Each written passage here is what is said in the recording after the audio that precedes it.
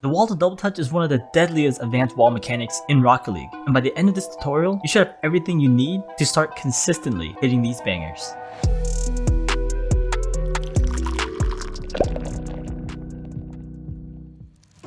Welcome to part 3 of our double touch tutorial series. There are two main ways to perform the double touch. You can flip into the ball to send it to the backboard, or you can simply boost into the ball for the backboard setup. We'll go over both of these, starting with the latter. Before attempting to learn the wall to double touch, I recommend being familiar with air dribbles, ceiling shots, and your regular aerial double touch. Lucky for you, I have tutorials on all of these already, so go check them out first if you need to. We'll be breaking down the double touch into 4 main parts. We'll start with the roll to get the ball towards the wall, the setup to push the ball off the wall towards the opponent's net, then we have the backboard setup to send the ball to the backboard, and finally, the double touch itself. Starting with the roll.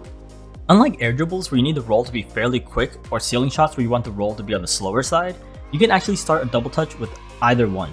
The important thing is to just make sure that your roll is flat on the ground. So if you're dealing with a bouncing ball, to ground it, just jump up and tap it once on the upper half to settle it, and then you can start pushing it towards the wall. Once we get close to the wall, make sure to create a gap by slowing down a bit. Now we're getting into the setup, and here's the tricky part. The setup is everything when it comes to wall mechanics, and the double touch is no different. We'll want to hit the ball at a slight angle towards the net, just like with an air dribble. And this angle will get less steep as we get further away from the opponent's backboard, and more steep to almost a vertical position as we get closer to the backboard. You also want to make sure you're hitting your setup with the center of your nose. If you notice the ball getting too far away from the wall and your momentum when you jump off isn't matching the same direction that the ball is going, it probably means you're hitting with the corner and not center enough. But if you hit with the center of your car correctly, you'll notice that when you jump off the wall, your momentum should be in line with the ball's momentum. When it comes to your speed, this really depends on how you handled the roll. As mentioned before, you can either do a fast or slow roll, and the setup is how we're going to compensate for this. If you're rolling at a fast pace, you'll want to let go of boost and only hold down the throttle when you create the gap, just like you would an air dribble. While if you're rolling at a slower pace, then you probably want to boost into the ball for the setup, like you would a ceiling shot. The main difference is, right after making that contact, you want to hit the brakes just for a split second before jumping towards the ball. This is to create a gap between you and the ball before you go after it. Then we'll get into the backboard setup.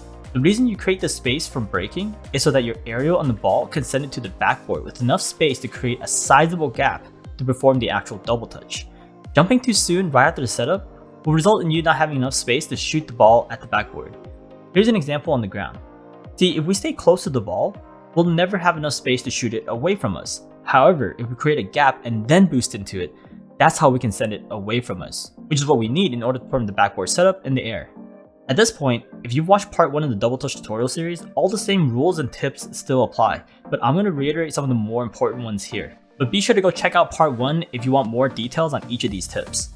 For the backboard setup, you'll want to hit the bottom quadrant to send it towards the backboard. The lower you go, the higher the setup will be, so hit it as low as you need to make sure that ball reaches the backboard. Try to aim it somewhere in the green zone so that the resulting bounce will still be goal side and easy to score. Next, try to hold air roll during this touch. Holding air roll during the backboard setup can help you maintain control of your car to better prepare you for the double touch itself.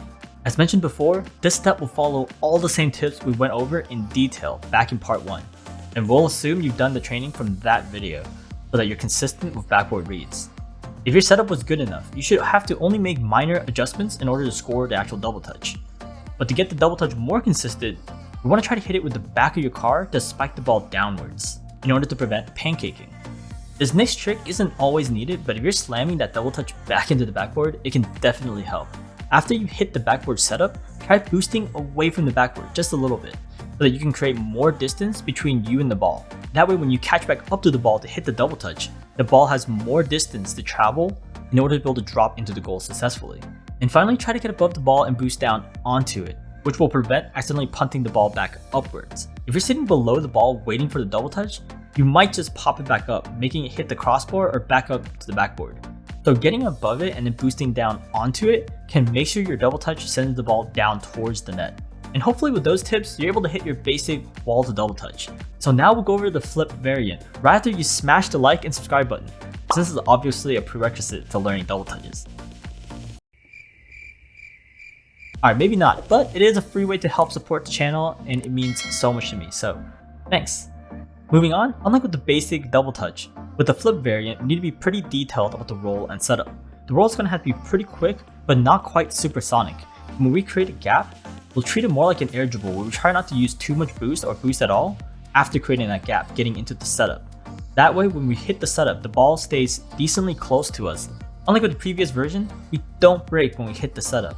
We only have 1.5 seconds to use our flip, so we need to keep the ball semi-close to us after we leave the wall.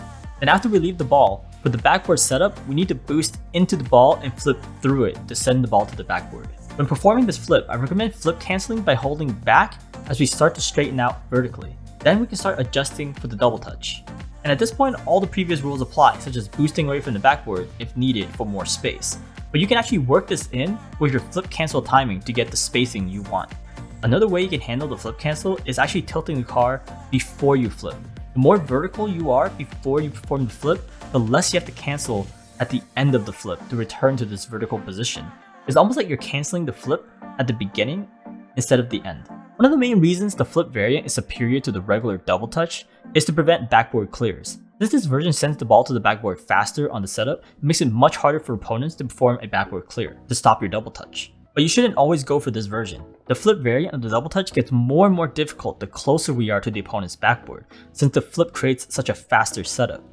You may end up just booming it way too fast and it might be impossible to catch up to the backboard setup to perform your double touch. Alright guys, hopefully with these tips, you're off to a good start on learning the wall to double touch.